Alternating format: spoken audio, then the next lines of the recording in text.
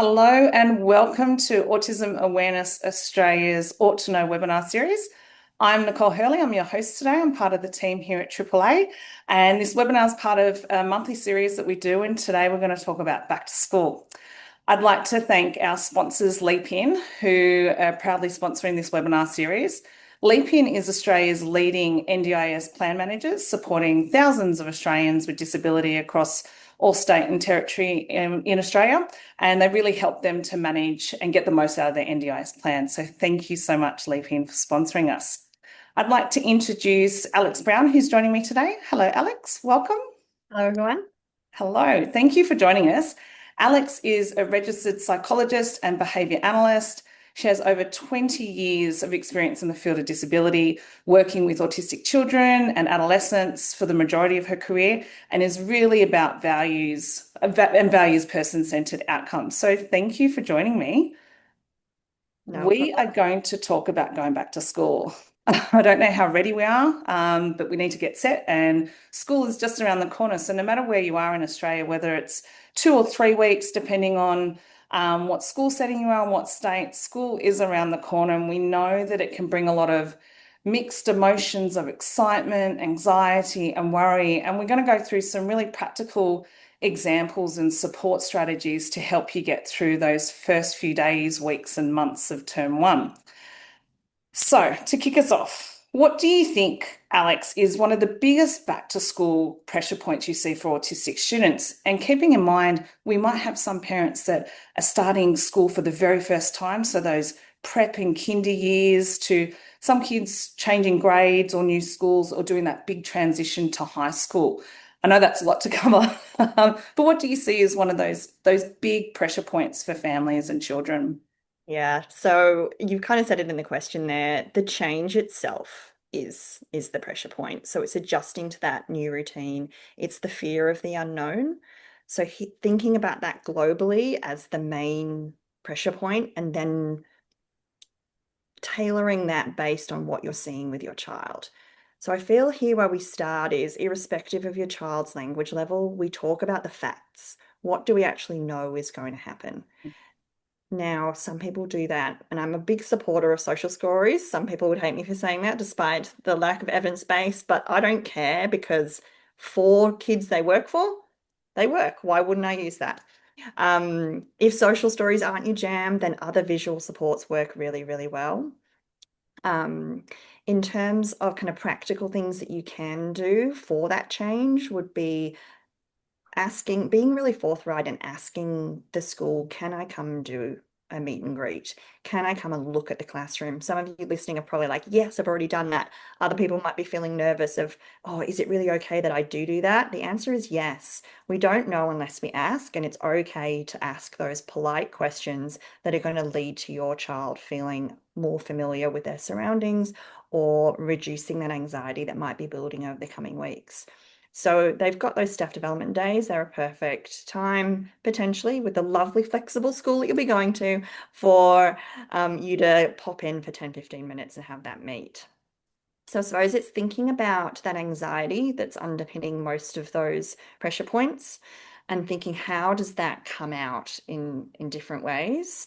So over these next few weeks, you might want to watch for those subtle changes in behavior or not so subtle changes in behavior. It might come out as anger, it might come out of little periods of withdrawal.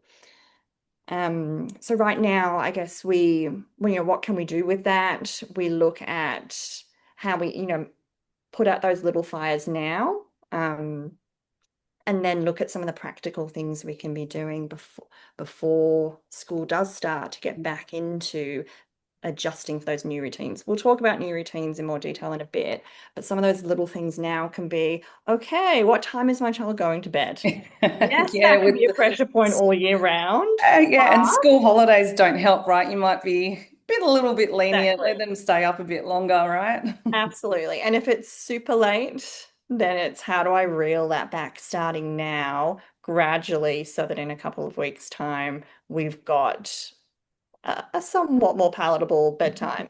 Or, or how can I put just a little bit of structure back into their day? I.e., today there's one thing we're going to do at a set time. or tomorrow we're going to do this job before we get to do that thing that you've had free access to for the last few weeks because we've all just been chill. Little things like that don't feel big, but they accumulate.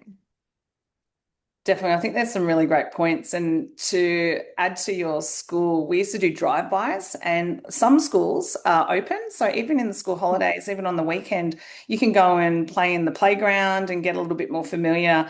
This week I'm getting my kids to, because they're practicing independence, they're walking to school together, which you can get those practice things in right now, right? Absolutely. Yeah. And I guess some things that might help our autistic students, particularly with like uniforms and things like that, might be the first time a child is putting on a school uniform and school shoes. So there's some things that we can do now, right? Absolutely. In terms of uniform, wash it a lot. Yeah, get that Not a stiff, softener dark, user. starchy.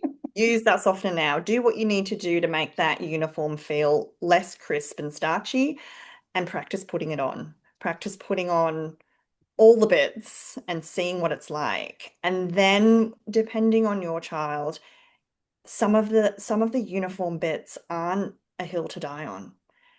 Yes, you want to wear as much of that uniform as possible, but some things just aren't worked through, and it's not worth trying to work through some of them. So some of those things might be, my child just can't wear the school stockings in winter. Mm. They are going to wear pants. And that's acceptable at most schools. Some schools it may not be, but if it's not, then it's okay to advocate for what your child needs based on their disability. We may get into that a little later too. And school shoes, that was a surprise to me. Those hard, I won't name the brand, but the hard school shoes can be really harsh on some of our children's feet. But there's really great, different options for children these days for school shoes that are more sort of like runner style or more softer. So that helps them adjust to that uniform. Yeah, absolutely. I think we've come a long way in this in terms of kind of accommodations or adjustments. And I feel like things like this are such simple changes that actually don't impact the child's capacity to learn at Mm, school. So they shouldn't be a big deal. And we're gradually breaking down those, I guess, old school systemic ideas of what schools think is important, and really prioritizing what's important for the child. And the kind of shoes that they're wearing is really not. So mm, those sorts of things that can have significant impacts in the way that they firstly get to school and how they're feeling when they're there, it's going to open up their ability to engage, be happy, to learn, yeah, rather than them sitting there going, oh, this is hurting, this is annoying, and then shutting down completely. So we want to work with schools to help educate them on why these small adjustments are actually super beneficial for each child. definitely. Okay, so we're going to do some stuff now. What about when, day one, week one comes and those routines at home change? The rushed mornings, preparing lunches, getting bags packed. What are some tips that you've got that will help families reduce that stress? Yeah, absolutely. So my first tip here is be kind to yourself. Nobody is nailing that morning routine. If you witnessed my mornings, some mornings, you would probably find some comfort watching that. You're not alone, when we're not all doing this really well. It really is potentially the hardest time of most of our days. And if it's hard for us, imagine how hard it is for our child. So again, I'm all for the visual schedules and the lists. They work for us parents too. We often in that morning routine find ourselves saying a lot. So just to get out of the door, it can turn into nag, nag, nag. We want to find ways that we can reduce that verbal demand. So often following that visual schedule or having that written list and redirecting their child back to that can increase their independence, but it can also reduce the fact us going on and on and on and feeling like a broken record. A schedule's not always in reach for everybody. So if that does feel out of reach and too much for you right now, then just adjusting your verbal instruction can help. So we want to reduce that shame, that anxiety, that stress. So rather than the usual, where are your shoes? Why haven't you got your shoes on? It's, let's find your shoes. I'm here with you. I'm going to help you get them on. It takes less energy to actually do that than to keep the nag going for the thing that they're not doing. I guess we want to as well engineer that routine and think about the steps that are happening in it. What can my child do independently? Am I celebrating each step of the routine that they can do themselves versus where does my child need support? And we dedicate time to where they do need that support rather than staying stuck in the battle of that current step. So brief personal disclosure, I dressed my child for far longer than it would be deemed developmentally appropriate. You've got to do what you got to do to get out the door, right? Not because she couldn't do it, but because if I pushed that, then she's on that for this amount of time. But if we do it, then that opens up the opportunity for her to do other steps independently. And it worked for us. So you choose what works for you to help that routine go as smoothly as it can. So that's the morning routine. What about afternoon routines? And this might be new for families that are starting school for the first time, but what our families tell us is quite often, our people are at school and they're holding it together during the day. They've made it to school, they've gotten through all those transitions and everything that's thrown at them at school, and they get home and it's a big crash zone. What can parents do in those first few weeks of term one to really manage that regulation and recovery from what is a really big day? Yeah. Obviously, as with all of these questions, this has to be tailored Mm, towards your child's uniqueness. So really we're looking at what does your child need when they have put in lots and lots of energy. It took me, I'd say, far longer than I'd like to admit to really realize how much energy our kids are putting into their days at school. We've got many kids just going to school. It's like water off a duck's back. It's just another part of their life. But for our population, it's utterly exhausting for some children every single day. So we've got to remember that even if it doesn't look exhausting, so when they come home, child A might be mentally exhausted, but they need to do physical movement. So they might be on the trampoline, they might be dragging you out to the park, they might want to be doing lots of activities and do. But child B might be the absolute opposite. They might need quiet, they might need low light, they might need cool drinks. They just switching off as such. We use the word decompress sometimes. And I think again, this is a parent message of the shame that we can carry. If they need time on their iPad when they come home, mm. let them have it. Let them just go to where they need to be. They will probably show you and let them have that decompressed time, and that's okay. Yeah, definitely.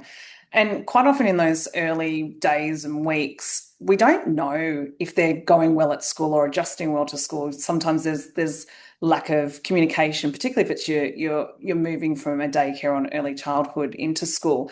How do we know that our kids are adjusting well? Is there any signs that we may look out for that it's going really well for them, or maybe it's not? Yeah, I think this is kind of the million-dollar question, isn't it? Especially if it's, kindergarten or a new school, and we have children who either can't tell us how it's going, and knowing that most children don't tell us how school is going anyway.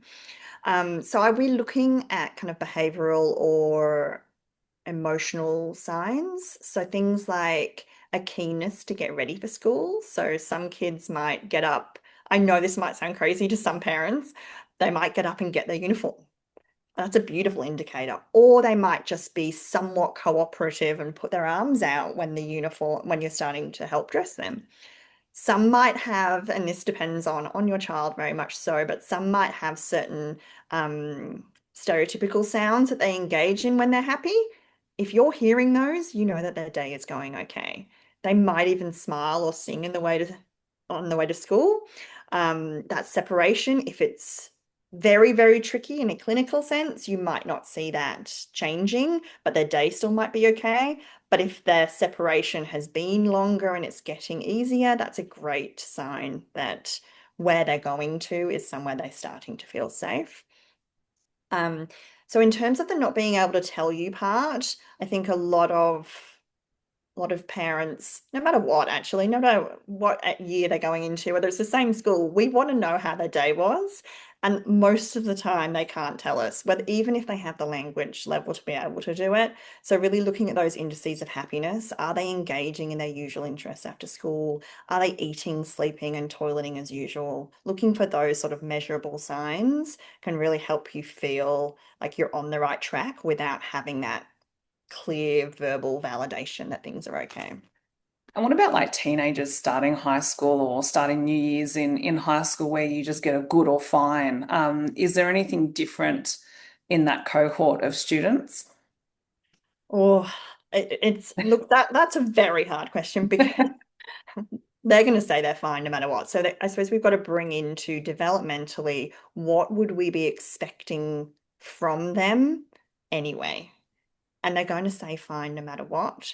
So again, it doesn't change significantly in terms of high school there. It's really looking at what are some of those key indices of contentment or happiness that I know my child exhibits, and are those things remaining? If they have had a social network, is that being maintained in the same way?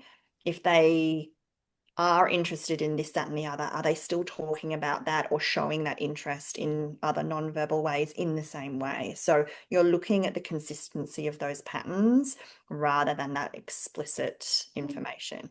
Yeah.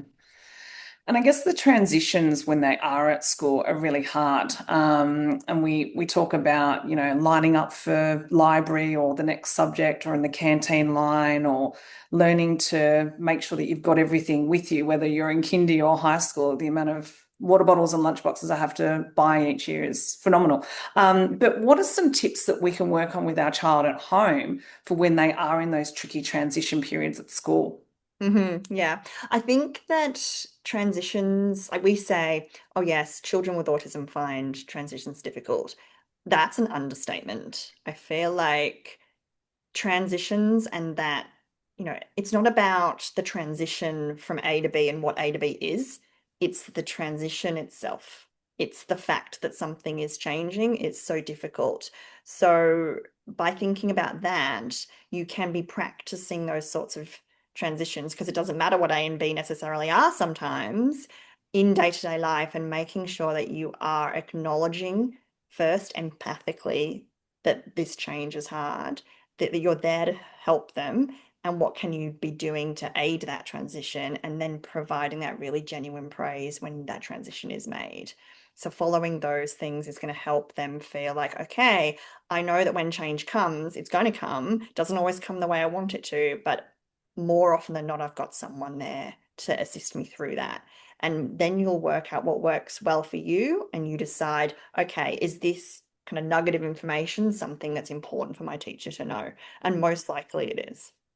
And partnering with the school and the teachers is so important, communication with them. So, in those first sort of few weeks and first term, what's your advice with how to best communicate with the new teacher or teachers, it might be multiple, of how do they know your child and quickly learn what they need and what support they might not need? And you might not know what you don't know yet Yeah. either. Yeah, exactly. Most mainstream primary schools, you'll fill out the usual kind of form, of how does my child learn best, etc., etc. So the generic thing that the whole class would fill out. For autistic children, I feel like this is where we do step beyond that and make sure that we have some form of firmer connection with the teacher, but also without being too intense. So we want our presence to be valuable. We want to feel heard. We want to communicate in a way that is really looking at what are the key things that I want this person to know about my child, and how do I make sure that the small amount of time that I've got to communicate that to them, they're hearing those key things. Our anxiety can often take over, and we go and tell them all the things, and then we get frustrated when it's not followed through. So thinking about what are those top key things that my child really needs in this environment, and how do I then communicate that succinctly to this teacher in a way that she or he sees, or they sees is something that they can incorporate into their day-to-day life. And yes, there are certain things that absolutely should be because that's what that child needs, but there are other things that might verge on wants, and we withhold those initially. And what's the best way for families to request that? In simple, plain language, what's the best process for them to, engage with the school and the teachers to get that? Yeah, it really varies depending on the school. So this totally depends. So in my experience, what I find is sometimes, I mean, not always the most effective, but it's important, is to ensure that your child does get an ILP meeting or whatever the other acronym will be, so individualized learning plan, and have some of these key things documented there so that they are a part of the child's file. That doesn't mean that anyone is necessarily going to read it in some situations, but it does mean in many other situations that that legal document is then in place that you can refer back to if some of these things aren't being met. And obviously, we're referring back to them as politely as we can. So I would say that that's kind of your underlying structure of, are these things at least kind of on the table and kind of itemized? In terms of lower level back and forth, it's very much up to how the teacher communicates and what the policies and procedures of the school are. But I would strongly recommend, no matter what that structure looks like, is that you utilize those clearly and effectively, strategically, not every day, because then your words aren't going to be heard, and follow the rules of communication to then get your main points across. Mm. Yeah, as we know, teachers have got a lot, and making that really effective relationship can really help your child throughout the year. I'm going to mix it up and talk about break time and friendships because, as we know, this can be as bigger as those transitions and the hardest part of autistic students' days. What are some top tips that you might have that we can work with our children on how to navigate the playground, particularly for those that may struggle in forming new friendships, understanding the playground, rules? Yeah, any tips that we can work on now with our children? Yeah, this is a really, really hard one. In some children would be able to respond to our general tips as a parent, talking through coaching, etc. Other children, this is, for want of a better word, a skill deficit. So they will need to be taught some of these things, and that's where we would be looking at potentially external therapy, etc. But in terms of what a school, a parent, and a child can be doing before you broach that, would be kind of explaining any existing systems that are in place. For example, is there a friendship bench? Now, that doesn't always work out beautifully, but if the child doesn't know about it, then they're not going to know they can go and sit there if they don't have someone to play with. And for the Is most, what's a friendship bench? some schools will have a spot that if you don't have anyone to play with, you go over there and take a seat. That's such a beautiful idea. If it works well, it's so gorgeous. Yeah. And it doesn't always work well, but if you don't know about it, then you haven't given it the opportunity, you know? Um, some children in those recess and lunch times really need structure. They can't just go into this sea of playground and feel safe and okay. So knowing what days certain clubs might be on. Sometimes the buddy systems can be really effective where they can relate to an older child. So knowing what that looks like and what days that occurs on can help a parent then kind of almost program the rest of their time so they feel like each day they go, they've got a designated place that they can go to potentially feel okay. And that's something that you can work into those individual learning or Mhm. or plans, right? That you could maybe have that structure should your child need it that says, Monday is oval with Yeah, this friend or Tuesday is Lego club or whatever it may be. exactly. And also things, I know this is subtle, but some schools will have certain days where each grade can be on the equipment. And the equipment can be a lifeline because it's something to do where you don't have to talk. So we would find sometimes that kids that were having a rough day on a Tuesday and a Thursday is because it was the no equipment day, you know? So working out those variables can really help us work out, well, why are these days much harder? And then by helping the child have an activity to do rather than just having to find a group and talk can be much easier, an easier way through. And is that a way of working in with the learning support of schools? Have you seen some great examples of working in, that social deficit that you saw or navigating friendships and playgrounds? How can they help Yeah. our child or children? Again, it depends on how the school is structured. So sometimes, yes, we'll get the SLSO involvement, depending on variables like funding. So we might have requests of, okay, the the number of hours or minutes per day that your child is funded for, we're advocating for that to be used at recess and lunch at those social times rather than in the classroom for key learning because we're balancing where the need is greater. Schools are also, some of them, starting to have bigger wellbeing teams as well. So this isn't a guarantee, but there are sometimes extra staff members who are coming from a therapeutic or psychological perspective who are kind of skirting around the playground in addition to the teachers on duty, which can be a nice way to work in some light observation or some very kind of short bursts of intervention before you move towards kind of more structured external intervention if that's needed. We talked about sensory, we touched on sensory before around school uniforms, but what about at school? There's a lot of inputs for our kids that are really sensory sensitive, such as bells, what's going on in the classroom, the playground noise. What adjustments and accommodations have you seen work for a lot of our kids whilst they're in school and in the classroom? Absolutely. So, like I mentioned before, switching out those bits of uniform that are just not working for your child, advocate for it, do it. If it's what your child needs to feel comfortable, it just needs to happen. Other things like headphones, I'm a strong advocate for. Some children would wear them all day, every day.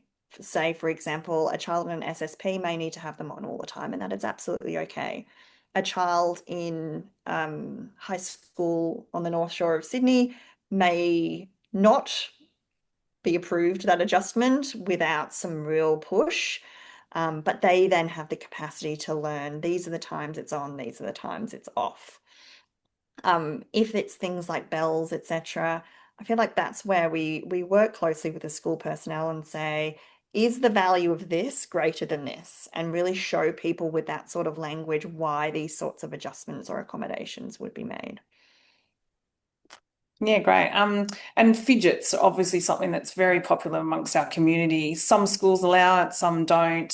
Some classrooms I've seen have a fidget box, and anyone can go and get a fidget that helps them, regulate while they're learning. So there's multiple things, right? There really is. Look, fidgets is a tough one because, well, anything that you recommend that's kind of coming into the environment, you want to be really careful that you're not kind of creating havoc there, but you're also meeting, a child's needs. So fidgets specifically, they've got to be quiet ones. They can't be the really loud clicky ones that can then drive child B up the wall. Like what you said, Nicole, it's really lovely that we are actually starting to see progression in this area. I feel like all classrooms should be set up with those sorts of sensory spaces, opportunities to go and use those things. I think as well, some of the main barriers that or rebuttals that we might get is, well, if they're using this fidget toy, then they're not listening. And I think a lot of the education that we need to keep doing is to keep showing populations that may not understand ours as well as we do that our kids are listening in a very, very different way to your idea of what listening looks like. And having something to hold or move or fiddle with is actually increasing their focus and attention and general output. Yeah, absolutely. Yeah, my son took a rugby ball in as his fidget last year, and you can imagine that that lasted about 10 minutes Yeah, because then he thought it I was bet. game on. So, yeah, it's finding those appropriate fidgets that are going to help them still concentrate, still do the work that that's required of them. Another big thing in our community that pops up is school refusal. So that's where, those school mornings can turn into refusal or I feel sick days. How do we help our children to, help them through those mornings and those sick days don't turn into weeks or months? Yeah. Yeah. This needs to be individualized for every child, but here are some of the kind of the main things. So school refusal, I feel, is getting far more common. Um, Maybe it's because I'm starting to see children who are much older, but I feel like it's part of our vernacular now, the term itself. Um, it can be a slippery slope if we don't manage it from the get-go. And by manage it, that's probably not the best choice of words. It's more how do we best support our child from the get-go. So I'd be as proactive as possible here and think, in a term, how many days am I okay with my child not going? And some days it's okay that they're not actually medically unwell. Setting up even from kindy, not everyone will have to do this, but even from kindy, it's okay for kids to have what you might call one wellbeing day or one mental health day, whatever your preferred language would be, day per term. That's, for me, reasonable. For other people, maybe not. They would have a different number, and that's absolutely okay. But by giving a child that leeway of, is this the day you want to use that? They can then potentially make that choice if they have the capacity to, obviously, to go or to not go. If we continue to reinforce that I feel sick, then we generally will then have days and days and days of non-attendance. And we all know how much routine is important and then how quickly that slips and then how difficult it is to get back to school. We can relate to that ourselves, right? So on top of that potential wellbeing day, it would be continuing to very gently state what the rules around school are and that it is a legal requirement. Many of our kids are quite rule-based, and knowing that doesn't mean they'll follow it, but knowing that is important to kind of firm in the rule there.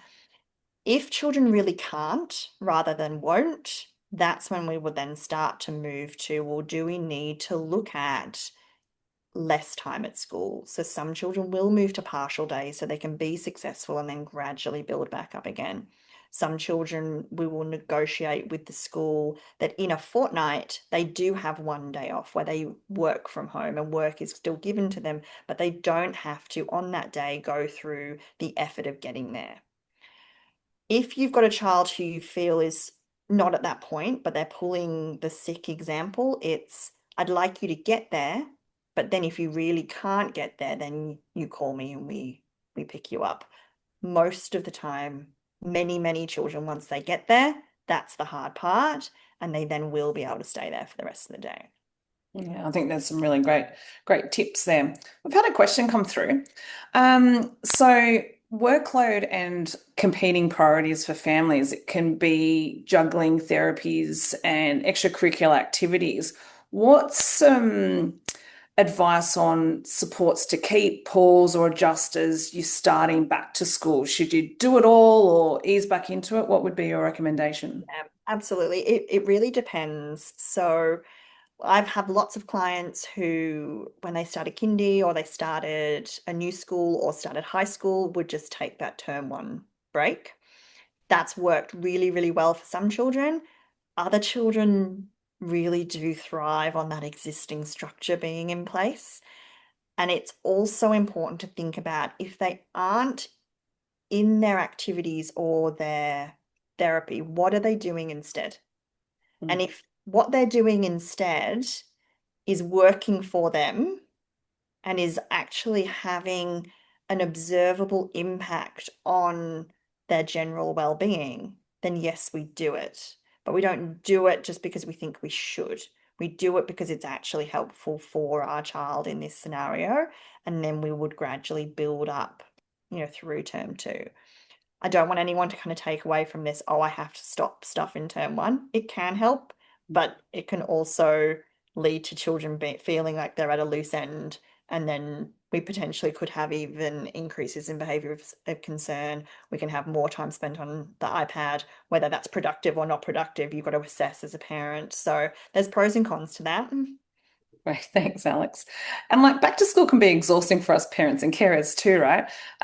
What's some top tips for us to make sure that we're regulated and supporting our children and being the person we want to show up every day so they're successful at school? Yeah, absolutely. I think that's really important because our kind of general anxiety about how they're going can seep through, our exhaustion about, you know, that marathon we run getting out of the door in the morning can leave us. I don't know about everyone else, but I can certainly sit there some mornings and go, oh, the shame as I'm sitting in the car as they go off into the school. I'm like, oh, how could I have done that differently?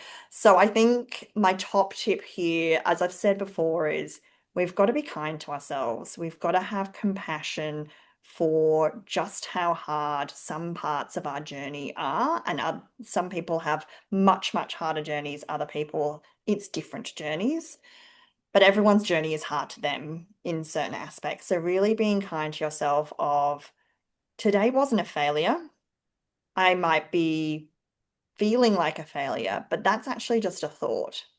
And that thought doesn't need to consume me. That thought can actually just go pop over there whilst I go, I'm actually nailing this in so many other ways, and really noticing the things that you have done well. So it's yes, my child lost her mind on the floor about, which shirt was clean this morning because she wanted the other one that I don't understand why she wants the other one.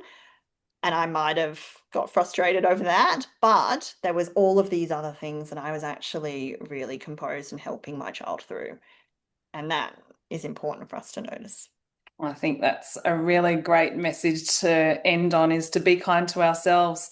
Mhm. We could spend all day talking about getting ready to go back to school, and we've only just scratched the surface. So thank you so much for coming, Alex. We've really appreciated all the input and strategies you've shared with us today. I'd like to thank all the attendees for coming as well. We will be sending the link to this recorded webinar, so check out your inbox in the coming days. If you want more information on getting ready for school or any school, head to our website, autismawareness.com.au. You can go into two sections, navigating primary school or navigating high school, which will give you a lot more information about some of the things we talked here today about. I'd like to thank Leap In for being our sponsors. And you can also get more webinars that we've done previously and in the future on our YouTube channel. We wish you all successful back to school for 2026, and we'll see you all next time. Thanks so much for joining us.